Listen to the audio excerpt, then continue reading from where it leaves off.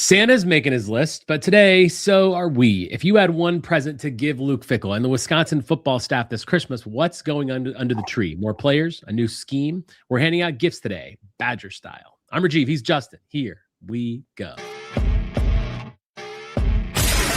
Welcome to the Bucky Report, your destination for all things Wisconsin Badgers. Authentic takes. Oh my God. Game analysis. Touchdown Badgers! Ring one up! And discussion from the fan perspective. Woo-hoo! Thanks for joining us and on Wisconsin. Welcome to the Bucky Report. We are your hosts, Rajiv and Justin, back together on a Sunday to talk about all things Wisconsin Badgers. On today's holiday-themed show, we're having some fun by putting together our Christmas wish list for Badger football, the things we'd actually give the coaching staff if we could, and what those presents say about where the program is right now. We'll also react to a tough, heartbreaking loss for Wisconsin volleyball while still celebrating what was another incredible season for one of the best programs in the country. And we'll check in on the Badger basketball team after another game that came up short and talk about actual record expectations for this team. You can find our show on YouTube and wherever you get your podcast. If you like what we're doing, hit that subscribe button so you know when we make new content. Hit the like button. Thanks for all the support of the show. Justin, how you doing, man? Merry Christmas. Happy holidays. Here we are. I mean, we're a few days early, but we'll kick in the holiday greetings because Rajiv and I have no interest whatsoever in doing a show on Christmas. So That's right. Happy holidays, everybody. Merry Christmas.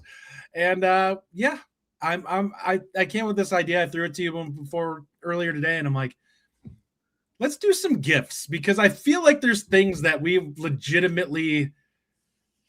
This would be a fun, happier show doing this. Yes. Even if it's a little tongue in cheek, but I feel like we need some positivity with the football program and stuff. So let's go ahead and get a little positivity in it by giving the gift of cheer. We'll see how positive this ends up being. We'll see. I don't know. We'll see. I mean, this could turn negative at the same time. But anyway, as long as you're not saying like, here's the gift of Drano, please go drink it. I think we're okay. Jesus. Yeah, I mean, obvious. That's pretty dark. All right, so a couple quick things. Go again. If you haven't checked out the audio platform only, go check out Rajiv's Corner Tuesday or Wednesday nights. That's going to be an ongoing thing. This Tuesday, go check out Locked On Badgers for our annual holiday giveaway show. So that's, always the same thing every year. We do trivia, we do giveaways, bring out the Santa hat. Justin's already got his Santa hat on today. So go check that out on Tuesday. Happy holidays to everyone. Merry Christmas. Around this time of year, it's always nice to just say, of course, thank you for all the support of the show, for the people that send us nice messages, and even the ones that send us angry messages. That's okay too. But thank you for listening, and thank you for letting us do what we love to do, which is a lot of fun. Okay, let's start with our 3 and out. I had it up and now it's gone. There we go. I'm going to start on this one. So our three and out takes. My Badgers take is about Nolan Winter. Nolan Winter, what we saw in that Villanova game, if he can just bottle that up, whatever that feeling that he had was when he was basically unstoppable, and I mean, even unstoppable defensively, like you weren't going to make a shot on him. He was going to block everything that came down the lane. That physicality he played with, that moxie he played with, bottle that up, Nolan Winter, and pull it out every single game. That is exactly the kind of Nolan Winter we need to see. Not for 10 minutes a game, not for 20 minutes a game, not for 20 minutes a month. Every minute of every game. He can be an absolute star because he has that ability to stretch the court, and he can stretch the defense. He can shoot. He can play inside if he wants to be, but it's always about mentality for him. And I really feel like maybe, just maybe, we saw a turning point in him. At least that's what I'm going to hopefully and wishfully say. My Big Ten and national take are just going to be one big take together. I literally cannot stand that we had 2 blowout games in the college football playoff with Tulane and James Madison. I respect the group of 5. I respect the fact that they want to have the shot to get in there. If it's one automatic bid and that's it, that's fine. But this whole thing about this year having 2 because Duke beat Virginia and then JMU got a chance to get in.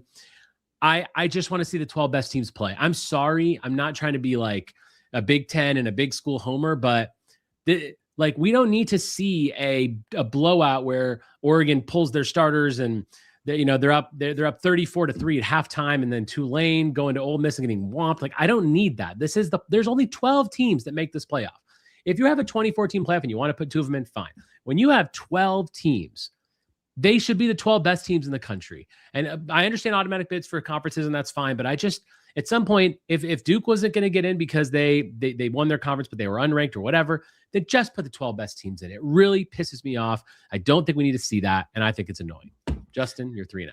Yeah, I think, well, I'll dive into that when we get to it here. But honestly, my Badger one, it was a tough week, man. Rajiv saw it. I'm such a bad loser. Yeah. When the women's team lost for volleyball, I was surly, to say the least. A little bit. When the basketball team lost, I was kind of like, this is a little bit more of a known quantity, and I think we know that there's real flaws with this team. So it's been a very rough week for me, and my national one will kind of hint at it a little bit more. For the Big Ten, my biggest takeaway, SEC is not a great league this year, and I think that there's a legitimate chance that they're going to really struggle to get into the Final Four. I think there's a serious chance that I have to look at the way everything lays out, but I think we can have 3 Big Ten teams in there pretty easily. If Oregon wins and Indiana and Ohio State win, we're going to end up with potentially 3 teams. I think you can take this SEC as the best league thing, and you can kind of go ahead and set that on fire at this point, because it doesn't exist. It's fake news that's being propagated by ESPN. We felt that way for a while, but it definitely is. The 3 best teams that we saw yesterday were Oregon, Ohio State hasn't played, but Indiana and Ohio State, I think, are proven quantities at this point. So yeah, I feel like that's how that's going to play out. And on a national sports point, man, I'm happy for everyone that didn't have to deal with me last night watching that Packer game. Rajiv saw, I had to delete some texts before I sent them, because some of the level of anger that was in me for what happened at the end of that Packer game was very unhealthy. What I still typed was not great still, but man, Romeo Dobbs, I'll help you pack if you want to go. That onside kick, that was the biggest I'm going to make a business decision, like attacking of the football, I think I've seen in an onside kick. You have an opportunity to get that ball is less than 10%, and he just absolutely butchered it. I was just brutal. I turned the game off the second that they fumbled the 4th and 1 snap. I was just like, this is over. I'm not going to subject myself to having to watch the Bears celebrate. So that was tough. So I'm ready to clean the slate and have some positivity and gift of happiness with Badger football here today. Right. There you go. Evil Badger says, Rajiv, the G5 conferences are included in the CFP contract. There has to be a G5 team. I understand that. I want that rule to change. Actually, that's my problem. I was going to say something on this. Yeah. Why don't they just do 2 playoffs, 8 and 8? If we're not going to split the leagues, you'll say group of 5, we're giving you 8 teams to be the best group of 5 team. And we're going to have 8 teams for the Power 4. And we're just going to say, have at it. Go ahead and do it. Now, I'm sure they'll be arguing on that no matter what. Because the Boise States of the world want a chance to be included, and they've earned the right. Right now, yes, but in the past they have been. Boise's. I have no problem with the group of 5 team being in the playoff if they're good enough. Like the years of Boise State being in there, they deserve it. Like they won one game, and there was a lot of chicanery that had to happen for that. Like, I mean, we saw a little bit of it with JMU with the halfback pass or wide receiver pass or whatever it was, but I just feel like those games are less likely. Especially not, talent dispersal. I will say this, with talent dispersal, it's going to be more years where these top level teams, or the teams that are viewed as the top teams, are going to be, they're just more flawed than they've been in the past, because they don't have all the talent on the roster that they used to, because those second string guys that want to start are now leaving to go to other opportunities if they're blocked. But it's going to be really hard because they get gutted too. Those group of 5 teams lose a lot of talent to the Power 4, because the stars on those you can't really you don't have the money to throw at those guys. Yeah, for me, ultimately, I feel like the fact that they had, they put in Tulane, okay, JMU, in my opinion, although they were allowed to be in there because Duke beat Virginia, I just think that rule needs to change. Yeah, it does. I think you just got to put the best teams in there. You don't need to see 2 blowouts. Well, there's 12 teams. This is this is like, there are 18 teams in the Big Ten. There are how many teams in the SEC? There's so many Power 4 teams. And if you only have 12 teams in the playoff, you can't have 2 blowouts with 2 shitty teams. It's ridiculous. I think the rule needs to be switched to the best group of 5 team if they're in the top 15. Yeah, I'm okay with even 1, but then you only get 1. I don't know. I think it's kind of silly. But anyway. I get it. Like Tulane was a better team than what and despite whatever happened yesterday. Like I felt like the floor for them was higher than what JMU's was. Yeah. All right. Well, let's move on quickly to talk about volleyball before we get into our football giveaway show or a football Christmas wish list. Tough loss, but I just want to say unbelievable season. Congratulations to the Badger volleyball team. And I just think it's nice to appreciate what they've done. This is a team that lost a lot of players, was not expected to be as good as they were, was not expected to advance in the tournament as far as they did. They were up in that game. They had it. They kind of blew it. But again, that happens in sports. But if that's the way that all Badger teams played and that's the level of support they had and that's the success they had, we'd all be happier people. But we don't have that with football and basketball. So I want to say thank you and congrats to the ladies. Unbelievable performance. Losing in the Final Four to Kentucky was tough. But and they'd be playing, I think, right now if they had won. But nonetheless, it is what it is. But yeah, a good season. Really proud of ladies like Booth and Fierbringer and obviously Collier. And there's just so many good players on that team, and they had a great season. Yeah, I think my attitude towards this and me being angry and frustrated with it. Obviously, being a Badger fan for the longest time, we've had a history of tripping over our own feet in big moments.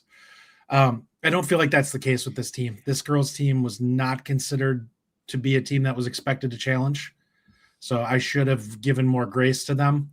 The fact that they honestly performed beyond expectations. I know that they probably wouldn't view it that way. They probably viewed it as, they felt like they had a team that could really challenge. But I felt like this was a growing year for the team and expected them to next year be more of a national threat. And I think that is still going to be the case, as there's going to be a lot of, I feel, turnover with some of the other teams. Wisconsin has a chance to really, find their way back into that Final Four or even championship match again. Yeah, I mean, there's a couple comments about we choked a little bit. The thing that I would say that's different about this team versus certainly the basketball team that choked in that Duke game, but they've won a title. They won in 2021. Yeah. This team has a national championship in the last 5 years. So I don't as far as I'm concerned, they can do no wrong at this point. They've won a national title in the last 5 years. Yeah, I think my anger for this match was it felt to me like Wisconsin was the more talented team, but it also felt to me like they were the sloppier team in that match. And there was a lot of self-inflicted stuff, like the service errors. There were times when they just couldn't put it away on some of their spikes where they got clean looks, and it's like, man, you're like, Kentucky was scrambling and just doing everything they could to stay in it, and Wisconsin got good opportunities to close out the point, and they couldn't do it, and then eventually it caught up with them. And that's why I think it frustrated me so much in that match, because it was like there were opportunities where you were the physically more dominant team, and you let them play cleaner than you, and you lost because some of the things that were sloppiness caught up with you. They're probably a year away. They are losing some people. Kevin Brown talked about the transfers. Yeah, the transfers are a thing. But we are the Ohio State of volleyball. So we're going to be able to attract a lot of talent. They have the number one recruiting class. Right. They have the number one recruiting class, but people actually know that they're going to be successful here. We're going to be a top 10 team every single year, and we'll have a real shot at the title. So just the way that we got Mimi Collier, I think we'll go out and we'll get other people. And yes, there are still youth on this team, right? I mean, Fearbringer certainly, and like so, there's going to be a lot who's of the libero? I forgot her name, but she's only going to be a sophomore, I believe. So yeah. I mean, there's a lot of youth on the team that are not transferring. So, all right, so we'll get into a little Badger football. So this is a little wish list, little Christmas gifts for every football assistant coach through the head coach, right? So we're just going to go football coaching staff, and then we'll do a little any other category at the end. So any kind of gift that you want to give, put your stuff in the comments about. If you could give now, it could be new players, it could be schemes, it could be fictional things, anything you want to give the coaches as a gift to help this program and to let this program be successful next year. What are those gifts? All right, Justin, we'll start with you. We're going to do offense first. I put my list on here, Devin Spalding. So we'll start with the running backs. Devin Spalding, what is your gift to Devin Spalding? My gift for him is a box of Ace bandages for his room that everyone will stay healthy for him in 2026. And he will have the full complement of running backs to be able to do whatever's required for the season. Yeah, I gave him a health pass to where he could if you have a health pass, you can turn one running back into instantly healthy for the entire season. And I'm not going to the whole room because that's a little much, but for me, one quarterback, just give me one guy who's like, you know what, Devin, I can't think of his name right now. Jones, just you're healthy the whole season, or whatever, or whether it's Darian or whoever plays. So yeah, health pass is my one. It's clear. Obviously, this is the thing for this room, right? I mean, this room was decimated with injuries. When you see your top two running backs go down, what we thought Dupree was going to be out for the whole season, but he wasn't, and then Jones was. It's a mess. But yeah, for me, it's all health with Devin Spalding, and we definitely need something here. So Tyler Schubert says everyone returns. Yeah, that'd be good. That'd be nice. It's a good one to actually have everyone back in the portal. That'd be a nice gift. All right, Justin, Jordan Reed. I will gift him the help wanted ads so that he can find at least 5 wide receivers to fill out his room. I like that one. That's pretty good. The help wanted one. I like that. I've got a similar one for another one, but I've got here a scheme that allows his guys to get open, not because we don't have a lot of good receivers on this team. So we've got to scheme them open. And I think ultimately that ties back into quarterback. It ties into Grimes' overall running of the offense, but we need to do a better job of scheming these guys open a little more. And that's what I feel like Jordan Reed needs, because I do think there's talent in this room, and there obviously needs to be a lot more talent, but it seems like anytime you looked at a play, and when I watched the All-22s, I'm like, these guys just aren't getting open. Now, some of it's on them, yes, but some of it's also on the scheme. You know how many times I saw 3 wide receivers go out and just do quick hitches? I'm like, that can't just be what we're doing. There's got to be some more inventiveness with the wide receiver unit. And so I desperately feel like we need a better scheme for him to actually get his guys open.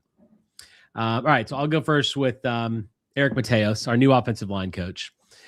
I'm giving him a gift of cohesion with Jeff Grimes, because clearly AJ Blazek and Jeff Grimes just weren't on the same page. Obviously, the fact that Blazek is gone now proves that there was some issues there. Not necessarily issues, but it just wasn't working.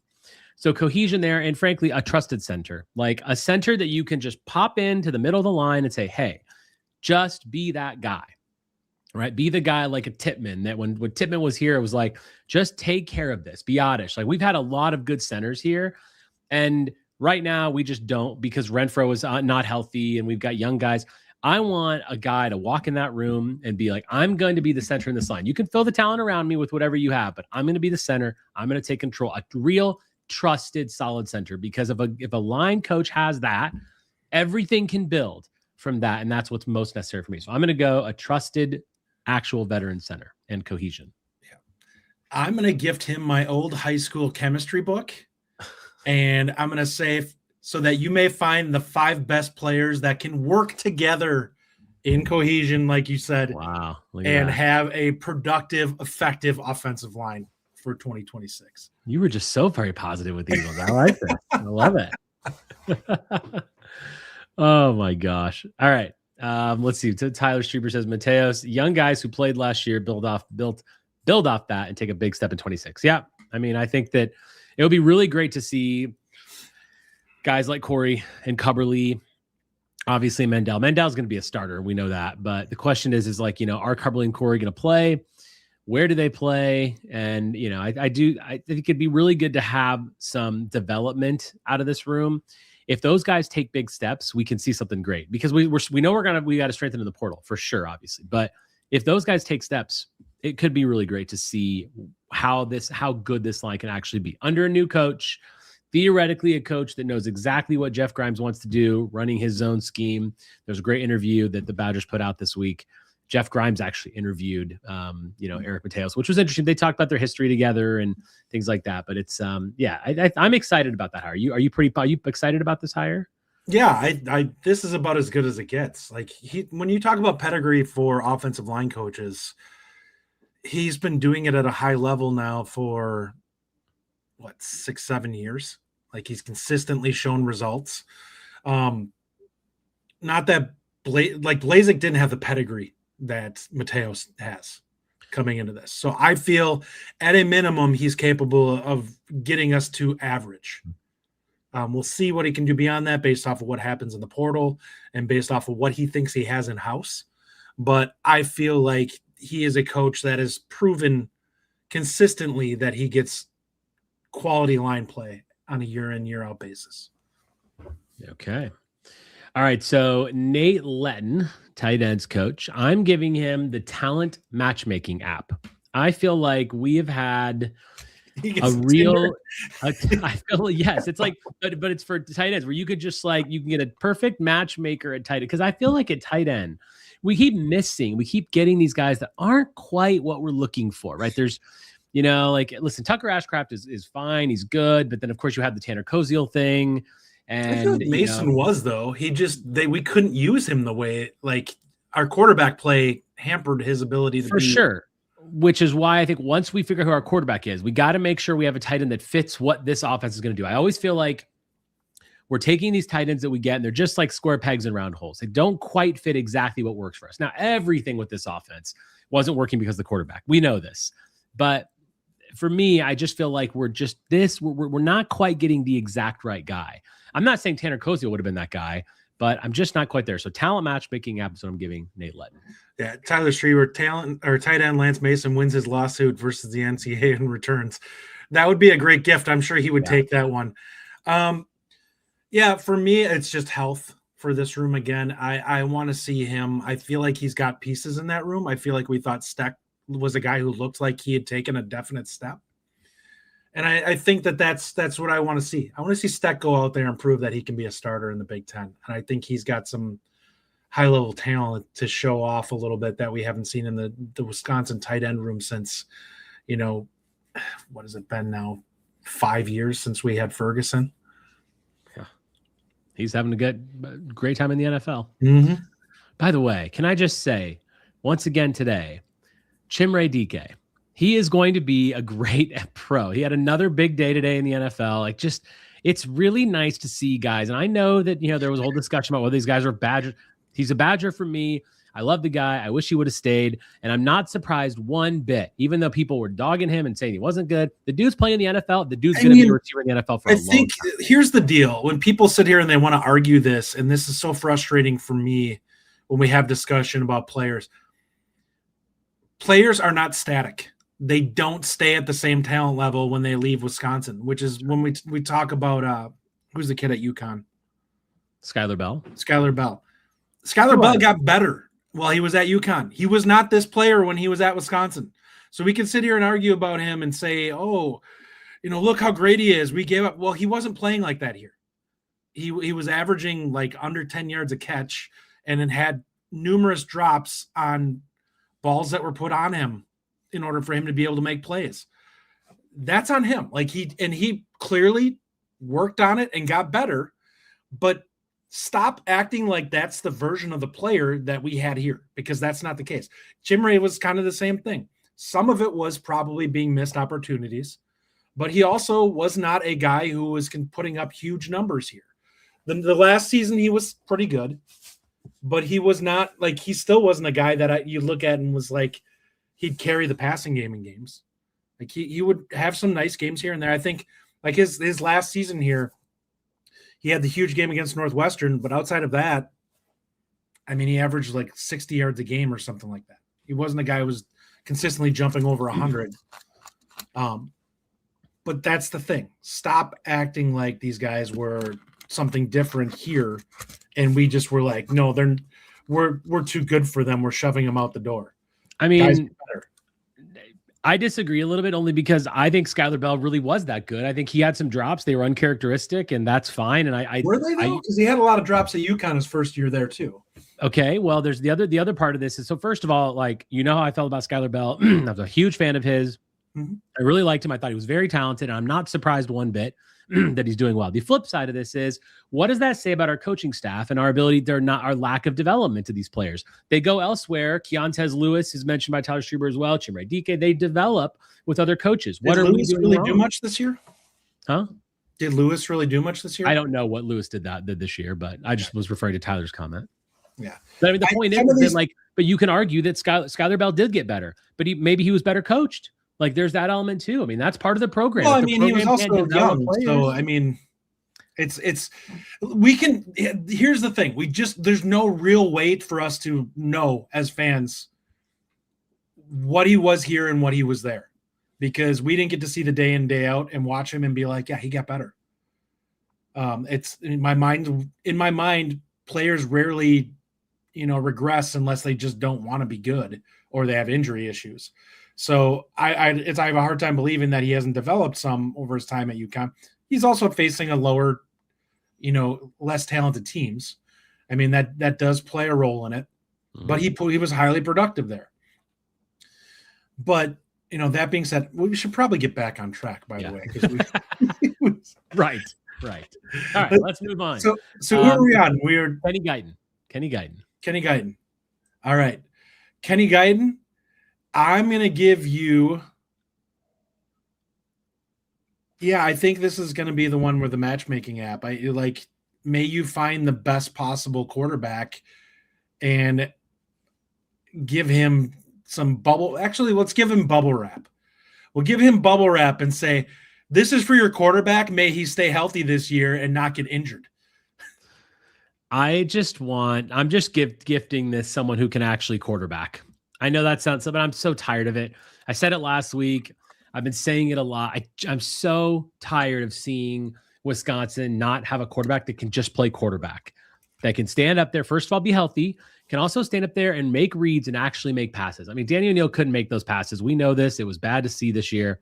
We know that, Hunter Simmons came in there and could make a couple passes, but then he couldn't do anything and not turn the ball over. I mean, it was just a mess. I just want a passer. That's why I prioritize Jaden Craig. That's why I don't really care about getting a Minchie guy. That's why I just want a guy who can pass the football, because other parts of the game can take care of themselves if you've got a guy who can pass. The gift of someone who can actually pass. Thank you very much. Okay. Zach Bartz. Guyton gets an elite quarterback with a first aid kit and a free revive. That's what he gets. Yeah, he should get a free guy. That's what it should be. He should get a free guy this Christmas, so that if his player gets killed, which seems to be the case every season, he just can come back from the dead, get another opportunity. All right. So I'll go first on Jeff Grimes. For me here, it's patience.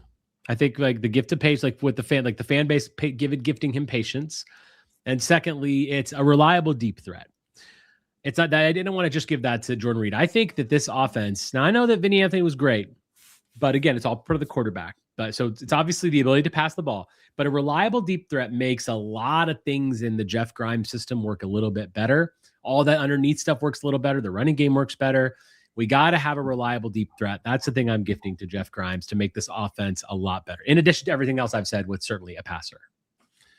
I am gifting Jeff Grimes a prescription for Adderall. And that is so that his play calling can stay more focused and stop getting, I swear to God, he's got ADD with some of his play sequencing where he's just like, hey, this play, let's run this play. Like, he's legitimately like watching the guy who runs the flea flicker play 4 times in a row on Super Tecmo Bowl. I love the scheme. I've said it before. If we were to get rid of him, I want somebody that's running something similar to, if not that exactly the same scheme, because I do think that that's what can be successful here. but he's got to get his play sequencing on point. And at times it feels like he just completely gets lost in his call sheet and starts running stuff that's just a little too exotic and a little too high risk for my taste in the moment. I mean, I'll say it. I've said it before. I'll say it again with Grimes. Like, he didn't have a quarterback. So I just, you're right. You're right. The sequencing is a problem. It was a problem in the Maryland game for sure. Several other games. Like, I agree with you. And I'm not going to say that he was great, but I just feel like you're handicapping him so much with the quarterback that no one's going to, I mean, you put any guy in that situation calling plays for our, like Jekyll and Hyde quarterbacks all season. What the hell is anyone going to do? And so, but you're right. Definitely a fair one. All right, so on to defense. Let's go with E.J. Whitlow, defensive line coach. What gift are you giving him? I'm giving him 2 big hog mollies in the transfer portal to add to that room so that he can continue on the success that he had this year. Yeah, I totally agree. I put just depth overall. I just think like this is a win. This was a really big win for this Badger team this year. Really big win. And I think that like, and a contract if we can grow, what'd you say? And a contract extension. Right. If you can get him, if you can keep this rolling and you can return Wisconsin defense to what it was, and especially the defensive line, and really become a threat again, stopping the run, having pass rush, like that's really important. So yeah, I agree. I agree. E.J. Whitlow needs the depth there to get that middle of that line. Okay. Matt Mitchell. So I'm going to say I'm gifting him a pass rush specialist because you had to replace Mason Reiger. So we've got to have a pass rush, like a true pass rush specialist. And honestly, can we just have like a time machine to go get like Raphael Gaglianone or someone to kick? Because we can't. I mean, he's obviously the special teams coach as well. I just can't deal with our kicking right now. And so it's a time machine to go get Vitaly Pasetsky, go get Gaglianone, go get a kicker who can actually kick and is actually reliable. No offense to the kickers, but the reliability has just been crap in special teams, especially kicking the ball. So I'm going to say time machine for his special teams and just a solid, adequate replacement for Mason Reiger. I'm going to gift him Adam Trick's phone number. Oh boy. And that's the edge that was what I called a Reiger light on Miami of Ohio, who absolutely abused Heinzen. Davis Heinzen. That's not saying much, Justin. Dude, he had 8.5 sacks this year. It was not just Wisconsin that he abused. So I want that dude. I love the energy level and the motor. That is something that I feel like raises the level of the entire group when you have a guy who plays that hard, because it sets the standard for what the other guys need to be playing at in order to get on the field.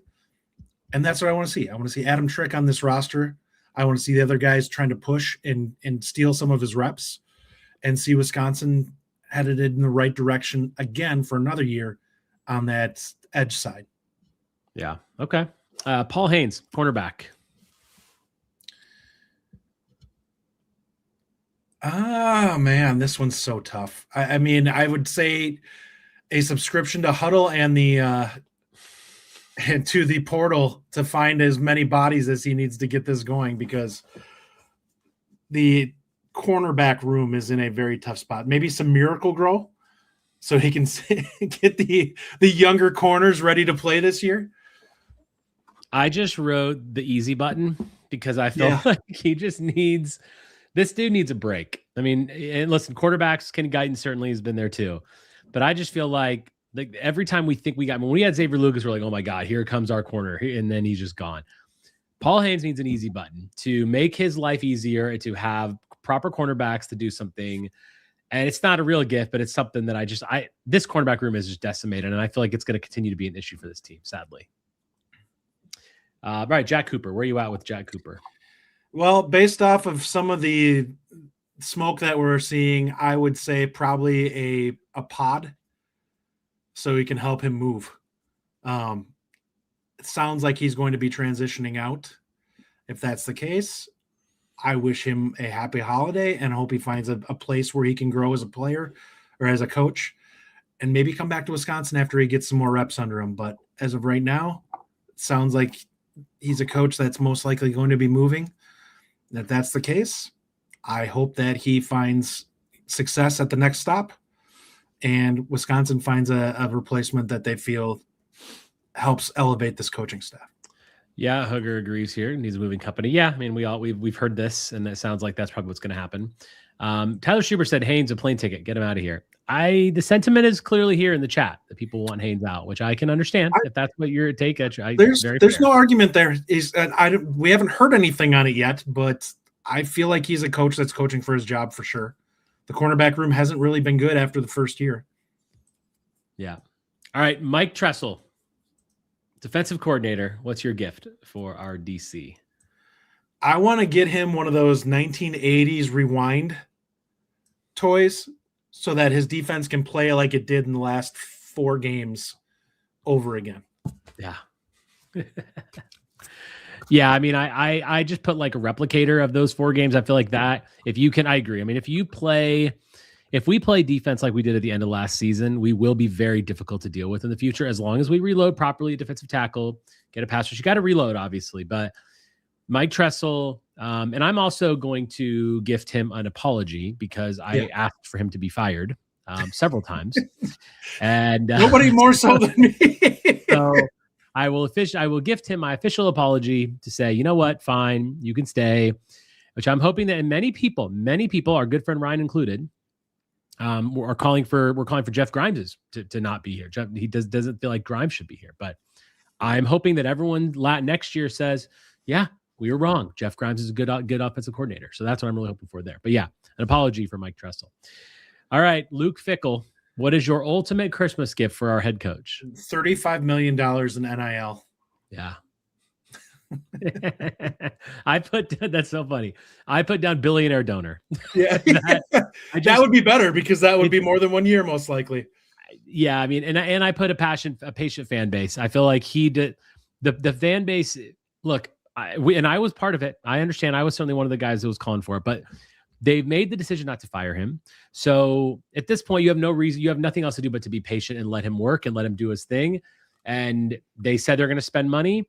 So you better do it, right? Like that's one thing that I have kind of like as a bonus gift for the entire, for Chris McIntosh. Like, you better put your money where your mouth is. And so my gift to that, the whole department is like the checkbook. You need to write the checks. If they don't do it, man, I'm telling you, the fan base is going to erupt in January if this team doesn't actually spend on a quarterback. We've already heard rumors about Colton Joseph looking, obviously other schools are going to be putting a lot of money on the table for him. And the question is, will Wisconsin be able to literally drop $2.5-3 million? Will they actually do it? Will they drop $3.5 million for a quarterback? If they don't, I'm telling you, man, it's going to be it's going to get really ugly this offseason. Yeah, I think that, see, you and I have taken a lot of flack for our perspective on people kind of acting like we're just no longer in the fire Luke Fickell camp. We can be in that camp all we want. It doesn't really matter. If the school decides to retain him, what is the point of me just sitting here and bashing my head against the wall and complaining about it the whole time? I'm going to take a look at the situation and say, all right, well, this is where we're at. What can we do in the current iteration of this to try and find a way to get better? And that's why I think you're in the same place as me. It's like, we've been told this is what's going to happen. No point in sitting here and complaining about it. Let's now look at it and say, what is the path forward to potentially having things go in the right direction for this?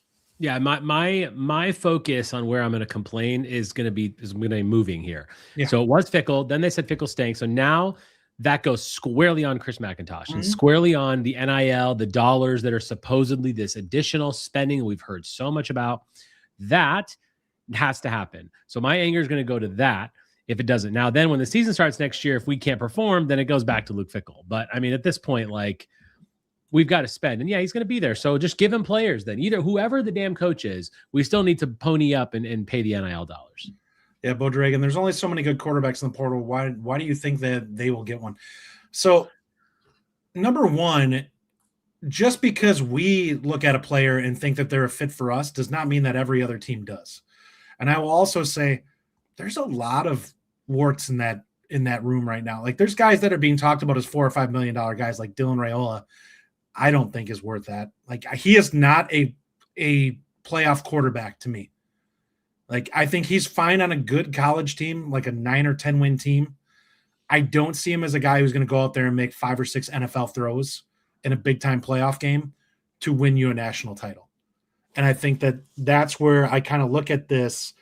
There's a lot of guys out there that I think teams may look at and think that they have some of that.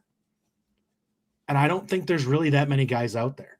Same thing with DJ Lagway. Like, people are talking about him. I'm like, what are they seeing that I'm not seeing? Like, because he's been highly inefficient.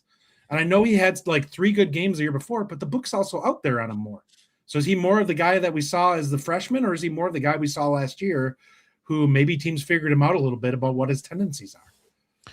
I do think, Tyler Schubert said playing time guaranteed and money, and that's how you get them. But I do think you got to sell a program here, and I am concerned about it. I think Bo brings up a very good point about how are you going to get them to come play here. I know it's easy, even if you have the money. The thing is, everybody has the money. Mm-hmm. There's bare Big Ten schools that have way more money than we do. We're not the only ones that are just opening up our wallets to spend more money right now. There's not even more money, but they're more willing to spend what they have. But the point is that other schools are doing the same thing. And this has been my point all off season, or since the season ended.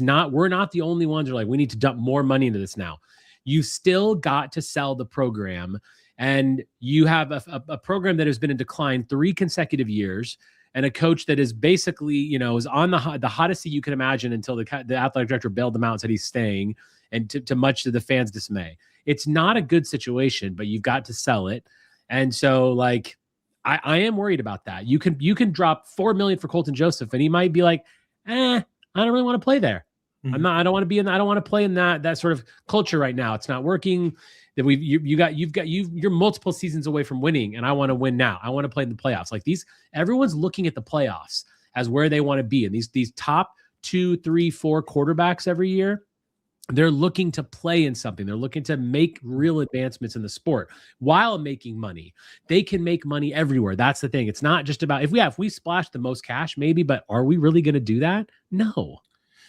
Yeah, there's only one guy that I look at that's, to me, is pretty much a sure thing, and that's Sorsby. And we're not getting him. He is a guy that is pretty much ready-made to go to a playoff team, which sounds like it's going to be Texas Tech. And yeah. I think we're going to watch next year where Tech just runs roughshod through everybody again. And you have a quarterback who I think is a little bit more polished than what they had this year. Not that they're not really good already, but he's a guy who is legitimately, in my opinion, he's an NFL quarterback. He's probably a 4th or 5th rounder right now, but he's an NFL quarterback. I don't view getting Joseph as delusional at all. I think that right now, if we probably put him in the top 10, there are people who will look at some of the guys who have not necessarily played great at the Power 4 level, but have played at the Power 4 level, and they'll give them opportunities before a guy like Colton Joseph, just because they've seen them play against higher level teams. I think that Joseph is in play, especially considering some of the schools that we thought would be competitive with them, like Virginia Tech might go after Pribula because they're going to get Pribula for sure. That's my thing. Or they'll get was it Gunkenmeyer from Penn State might come over there. Yeah, and then you have Penn State not looking at him most likely because they're going to get Rocco Becht, most likely from Iowa State. I mean, the board is shifting in some ways that is helping the Badgers in terms of some of these guys most likely following coaches and stuff like that. And as Ryan said on his show multiple times, the top end market really isn't there this year. There's not a ton of high, super big time teams that'll be looking for quarterbacks like you normally would have. Yeah.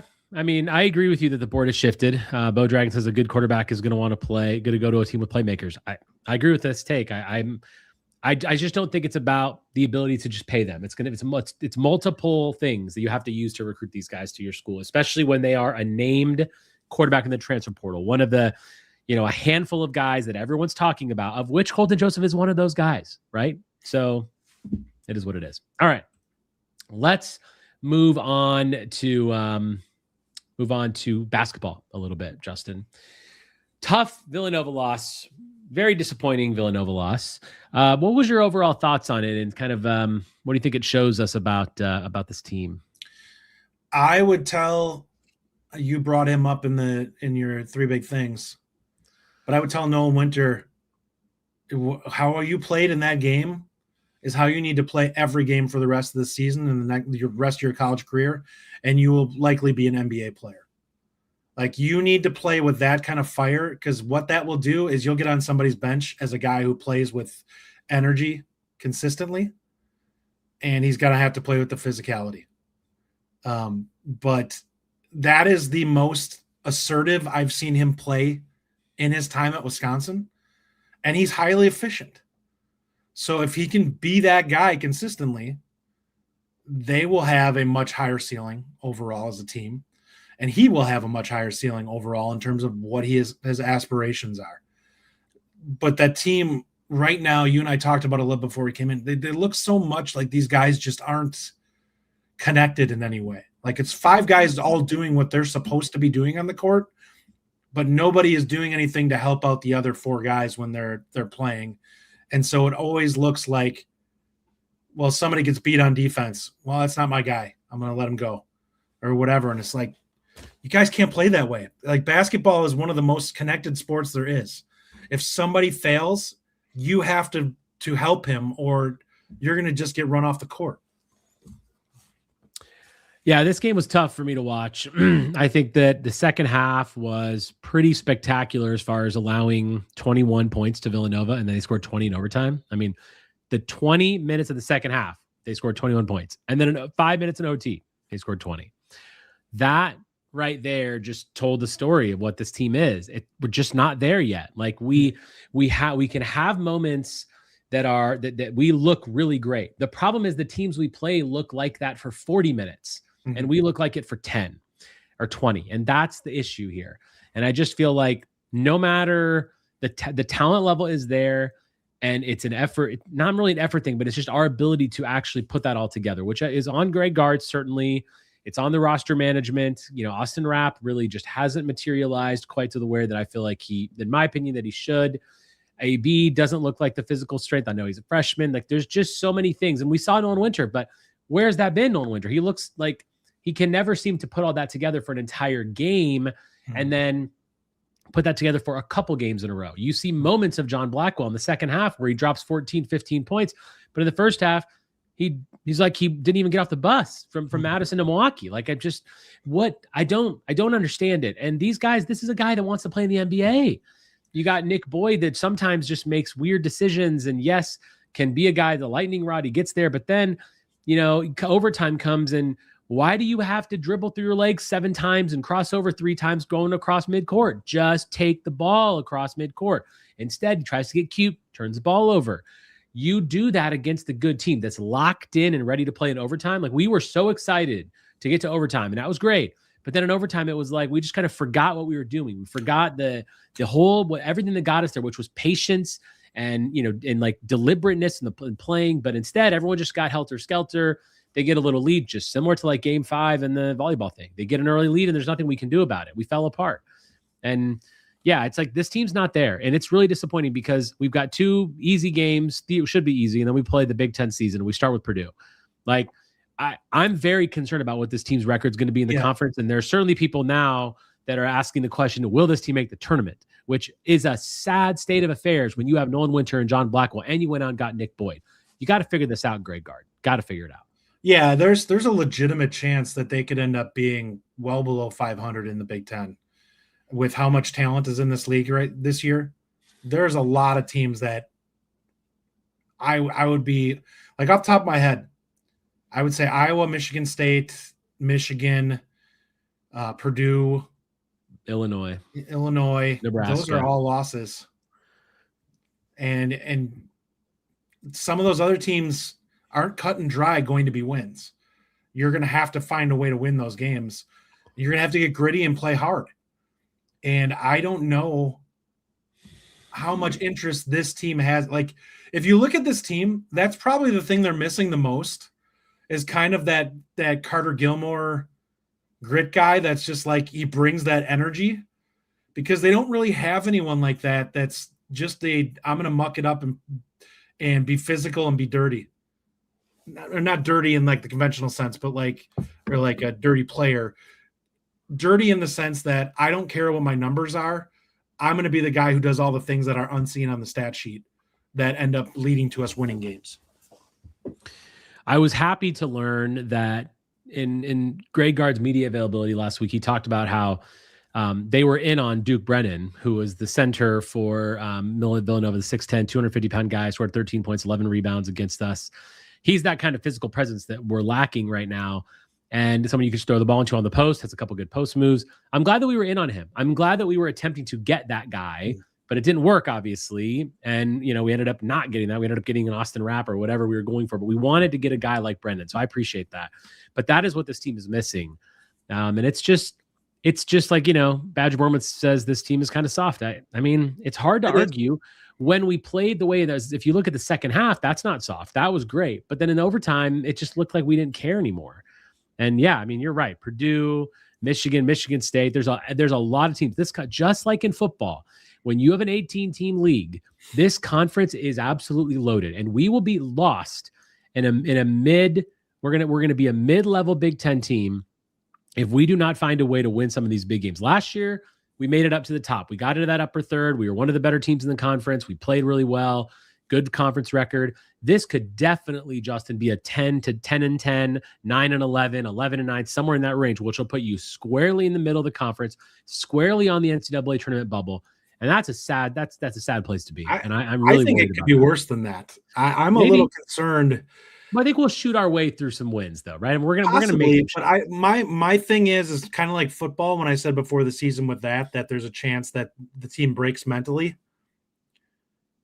I think there's a legitimate chance that if this team gets just dusted by like 3 or 4 straight really good teams, that we start to see some of the effort sag off a little bit. It will go one of two ways. We'll find out the mental tenacity this team has if they can keep it together, because there's going to be a streak in here probably somewhere where they lose 4 games in a row, where they just have better teams playing against them that are more locked in and teams than what Wisconsin is on an individual level.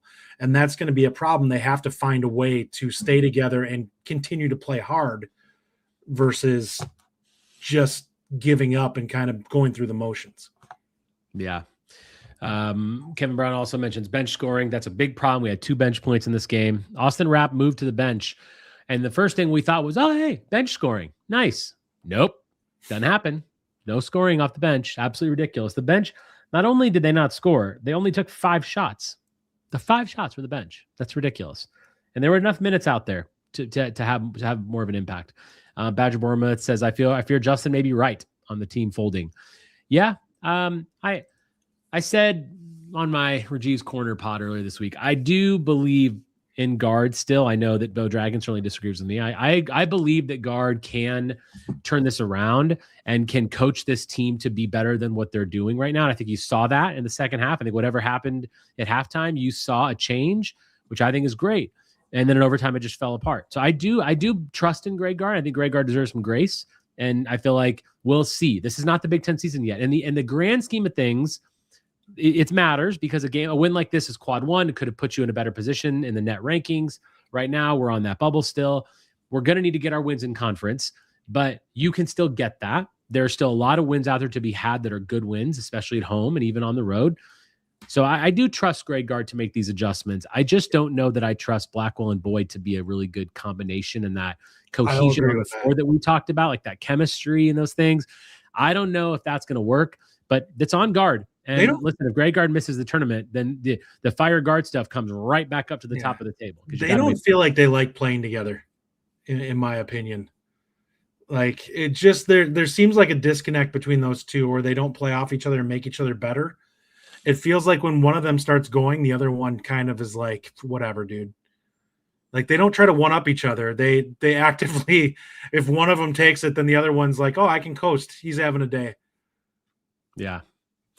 What's really interesting to me about this team is that like you would just think that they would have a better shooting percentage than they do. How many times have we talked about this team? Like, oh, they're just going to be such good shooters. We're going to shoot the ball from 3 so often and so great. And right now, the Badgers are shooting the ball 33%, which is good for 182nd in college basketball. That is the specialty of this team.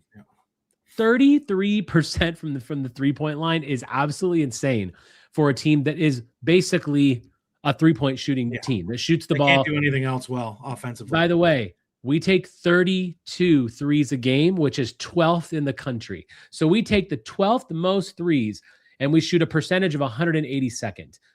You do the math. Like that just spells losing. We need to shoot the ball better. Like, I mean, that's it's because again, when you don't have that post threat, you don't have that other outlet that can score other than Boyd taking the ball to his left hand and now you start turning the ball over because you're going to play defenses who are just going to be like, yeah, we're not going to just give you that left hand constantly. And that's why you turn the ball over more this time because you're playing better defenses now. So like this is going to be very problematic. Far worse for him because there's going to be the teams in the Big Ten scout the hell out of you.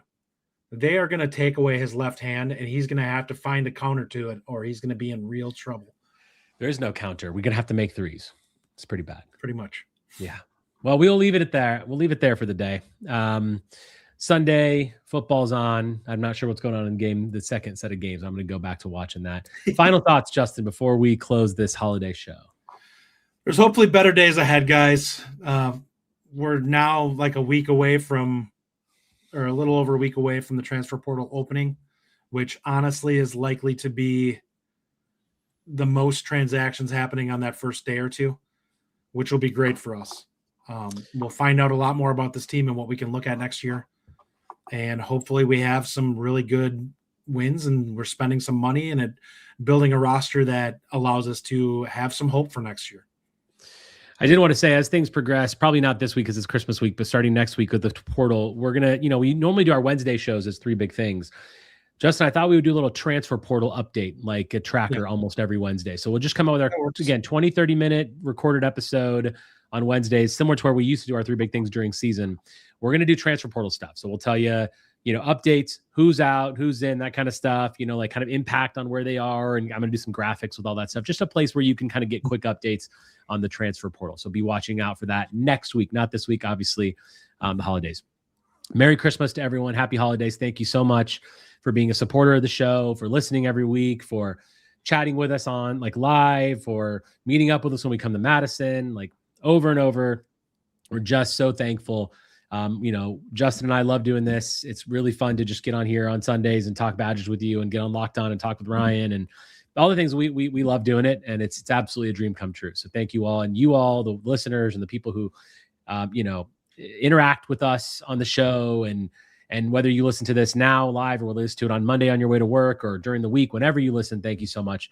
We really appreciate that very much. So have a good Christmas, happy holidays, happy Hanukkah, whatever you celebrate. Have a good one. And we'll be back again this week for a Raji's Corner episode on the audio platform only. And then next Sunday to talk more about everything going on in Wisconsin world. With that, thanks for joining us on Wisconsin. On Wisconsin. Thank you for listening. If you enjoy the show, subscribe to our YouTube channel at The Bucky Report or The Bucky Report Podcast from wherever you get your content. Until next time, on Wisconsin.